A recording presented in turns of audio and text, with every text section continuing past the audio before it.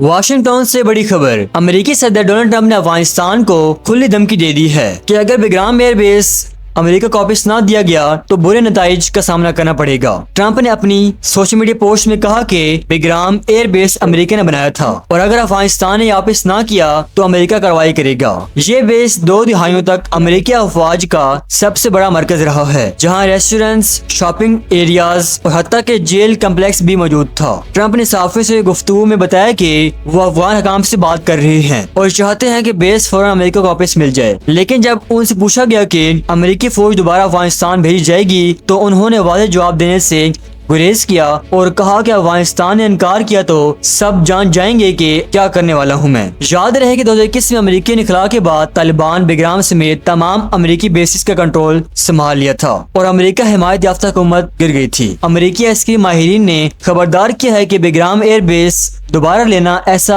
لگے گا جیسے امریکہ دوبارہ افغانستان پر چڑھائی کر رہا ہو، جس کے لیے 10,000 سے زائد فوجی، جدید دفاعی نظام اور بڑے وسائل درکار ہوں گے۔ یہ بیس دوبارہ لینے کے بعد بھی کئی خطرات کا شکار ہو سکتا ہے، جن میں داعش، القاعدہ اور حتیٰ کہ ایران سے میزائل حملوں کا خدشہ بھی شامل ہے۔ یہ پیش رفت ایسے وقت میں ہوئی ہے جب امریکہ اور افغانستان کے تعلقات پہلے ہی کشیدہ ہیں اور افغان حکام نے امریکی فوج کی واپسی کی مخالفت کر دی ہے۔